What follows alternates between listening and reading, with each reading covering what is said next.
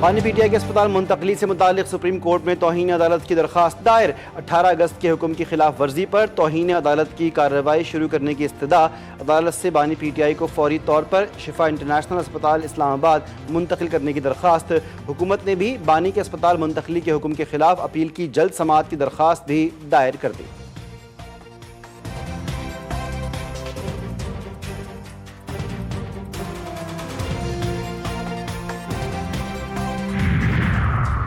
इलाज और तिब्बी मुआयने के मामले में इंतजामिया ने अदालती अहकामात पर आइन और कानून के मुताबिक अमल दरामद किया। सेहत के मामले पर सियासत नहीं होनी चाहिए, वज़ीर इत्तलात का दो टोक मौक़िफ़ प्रेस कॉन्फ्रेंस में वाज़े कर दिया। बानी पीटीआई के तिब्बी मुआयने के वक्त उनकी हमशीरा भी हमरा थीं। शिफा इंटरनेशनल अस्पताल के बाहर लोगों को जमा किया गया और प्रेस कॉन्फ्रेंसेस और बयानात के ज़रिए अदालती अहकामात की खिलाफ वर्जी की गई।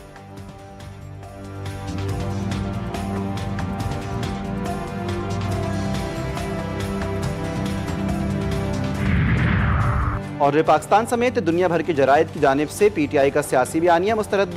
दी वाशिंगटन पोस्ट के मुताबिक पाकिस्तान ने बानी पीटीआई के अहल खाना और सियासी जमात के तमाम इल्ज़ामात को मुकम्मल मुस्तरद कर दिया। बानी पीटीआई की जेल में सख्तियों, जहनी तशद्दुद, तन्हाई और तिब्बी गफलत के तमाम इल्ज़ामात को बेबुनियाद करार दिया गया। एसोसिएटेड प्रेस के मुताबिक बानी पीटीआई हुकूमती हुक्म पर नहीं बल्कि अदालतों की जानिब से एक सज़ा याफ्ता कैदी के तौर पर जेल में है। हमारा यह कि सुप्रीम कोर्ट का ऑर्डर क्लियर था, उसका राइट है का इलाज, इसलिए उसको इम्प्लीमेंट होना चाहिए था। आप शिफा के बजाय पिम्स कैसे लेके गए? आपने बोर्ड क्यों कंस्टिट्यूट नहीं किया? आपने वो डॉक्टर क्यों नहीं डाले? सुप्रीम कोर्ट के हुक्म के मुताबिक फौरी तौर पर बानी पीटीआई को अस्पताल मुंतकिल किया जाए और उनका मुकम्मल इलाज करवाया जाए। सुप्रीम कोर्ट में तौहीन अदालत की दरख्वास्त दायर करने के बाद मीडिया से बात करते हुए चेयरमैन पीटीआई बैरिस्टर गौहर ने कहा कि ऑर्डर पर अमल दरामद में रोड़े न अटकाए जाएं। सलमान अकरम राजा ने कहा कि डॉक्टर उज़्मा ने तौहीन अदालत की दरख्वास्त दायर कर दी। सुप्रीम कोर्ट का हुक्म वाज़े था कि बानी पीटीआई को शिफा अस्पताल मुंतकिल किया जाए जहां मौसर इलाज किया जाए। ये झूठ बोला गया कि शिफा अस्पताल के बाहर अवाम थे और सिक्योरिटी के मसाइल थे।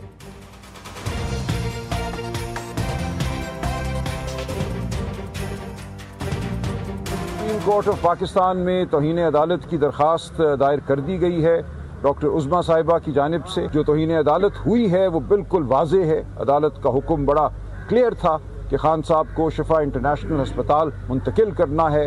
वहाँ उनकी एग्जामिनेशन और ट्रीटमेंट होनी है, यानी कि तशखीस भी होनी है और इलाज। मूवमेंट ने उस शिकस्त के खौफ से इलेक्शन का बॉयकॉट किया और आखिरी रात तक उन्होंने जो है पहले कहा कि हम नुमाइंदे खड़े करेंगे, फिर बोले नुमाइंदे नहीं खड़े करते, तो उन्होंने बॉयकॉट किया। और कराची का आज मैं कहता हूं कि कराची के जो चैलेंजेस हैं उसके सबसे बड़े में बड़ी जिम्मेदार भी और कोई नहीं है, वो MQM। पीपल्स पार्टी कभी बैकडोर से इख्तिदार में नहीं आई। हम कभी किसी की मिन्नतें करके हुकूमत में नहीं आए। पीपल्स पार्टी वाहिद जमात है जिसकी जड़ें पूरे मुल्क में मौजूद हैं। शर्जिल न मेमन की मीडिया से गुफ्तगू MQM पर तनकीद के निश्तर चला दिए। कहते हैं MQM शिकस्त के खौफ से बल्दियाती इंतखाबात से भागी। कराची में खौफ का माहौल पैदा किया गया। कराची के महकमों में दहशतगर्दों को भर्ती किया गया।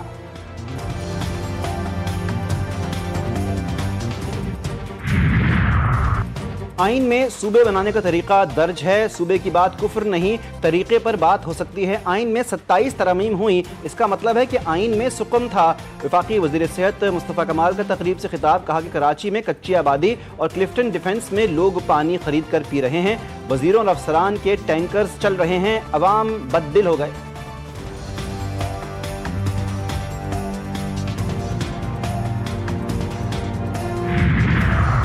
आईन पाकिस्तान वाज़े करता है कि सूबे कैसे बनेंगे। मुस्तफ़ा कमाल की प्रेस कॉन्फ्रेंस से कोई सूबा नहीं बनेगा। तर्जुमान सिंध हुकूमत मुर्तज़ा वहाब का कहना है कि शहबाज शरीफ के दौर में 2012 में पंजाब असम्बली ने सूबों के हवाले से करारदाद मंजूर की थी। अब तक कुछ नहीं हो सका। इस वक्त वो फैसले करने चाहिए जिससे आम आदमी को फायदा मिले। इस वक्त मुल्क का सबसे बड़ा मसला फैसला साजी है।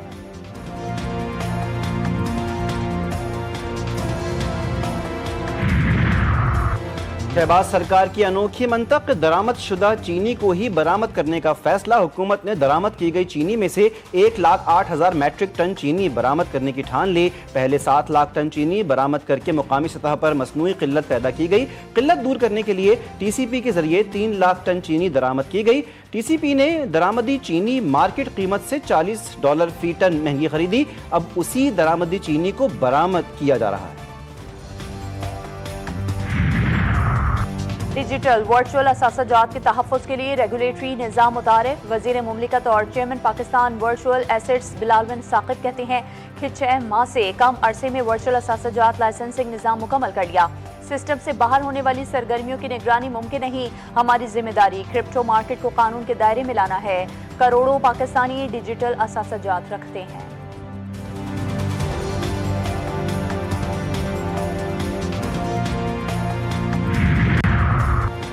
जमात इस्लामी का पेट्रोल लेवी के खिलाफ एहतजाज का 7वां रोज। लाहौर, कराची और पेशावर में धरने जारी। लाहौर माल रोड पर धरने के शुरुका से खिताब करते हुए अमीर जमात इस्लामी हाफिज नईमुर रहमान ने कहा कि हुकूमत पेट्रोल के हर लीटर पर हमसे भत्ता वसूल कर रही है। ये खुद टैक्स अदा नहीं करते, गरीबों पर बोझ डालते हैं। अमीर जमात इस्लामी कराची मुन्नम जफर ने मीडिया से बात करते हुए कहा, पीपल्स पार्टी की सिंध हुकूमत करप्ट है। मेयर साहब बताएं रेड लाइन मंसूबा कब मुकम्मल होगा। नीपा जाने वाली सड़क लोगों के लिए बंद है।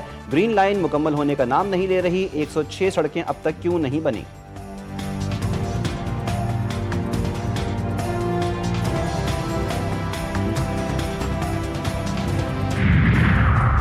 ईरान में कोई सदर नहीं बनना चाहता। मेरे लिए बड़ा मसला है वहाँ किससे बात की जाए। ट्रंप का ईरानी क़यादत पर तंज। जनूबी कैरोलिना में जलसे से खिताब में कहा, ईरान दुनिया का वाहिद मुल्क है जहां जब पूछा जाता है कि सदर कौन बनेगा तो जवाब मिलता है कि नहीं, मैं सदर नहीं बनना चाहता। दावा किया कि ईरान इख्तिलाफात बरकरार रहने के बावजूद मुआहदा करना चाहता है, लेकिन वो सही मुआहदा करने के लिए तैयार नहीं। ईरान के पास पैसा नहीं, बहरिया और फजाइया भी नहीं। वो अपने फौजियों और पुलिस एहलकारों को भी तनख्वाहें अदा नहीं कर पा रहा। ईरान में अफराते ज़र 350% तक पहुँच चुका है। अब हम सिर्फ ये देखेंगे कि क्या होता है।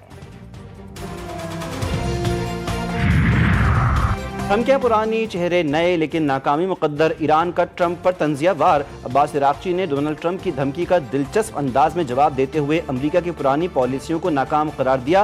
अब्बास इराक्ची ने कहा कि 2012 में भी अमेरिका ने ईरान के खिलाफ पाबंदियों को तारीख की सबसे तबाहकुन पाबंदियां करार दिया था, जो नाकाम हुई। 8 साल पहले ज़्यादा दबाव की पॉलिसी भी नाकामी का शिकार हुई। 5 माह पहले गैर मशरूत हथियार डालने की शर्त भी नाकाम हुई।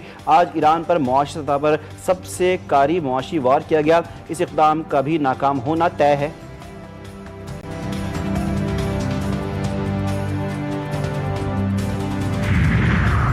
ईरान की मौजूदा दिफाई और जारहाना सलाहियतों में इजाफे की हिकमत अमली को जारी रखना ही वाहिद दानिशमंदाना और मौसर हल है। ईरानी पासदारान इनकलाब के commander in chief Ahmad Vahidi ने अपने एक बयान में कहा है कि मैदान जंग को नई नौयत की मुश्तरका और फौजी जारहियत का सामना है। ईरान ने अपने दुश्मनों और बदख्वाहों की जानिब से लाहक खतरात के खिलाफ एक मजबूत दिफाई हिसार कायम कर लिया।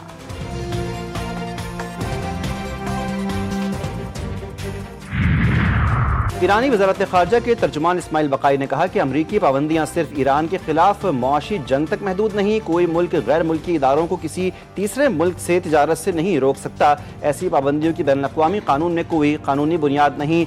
अमरीकी पाबंदियाँ अक़वाम मुत्तहिदा चार्टर की खिलाफ वर्जी हैं।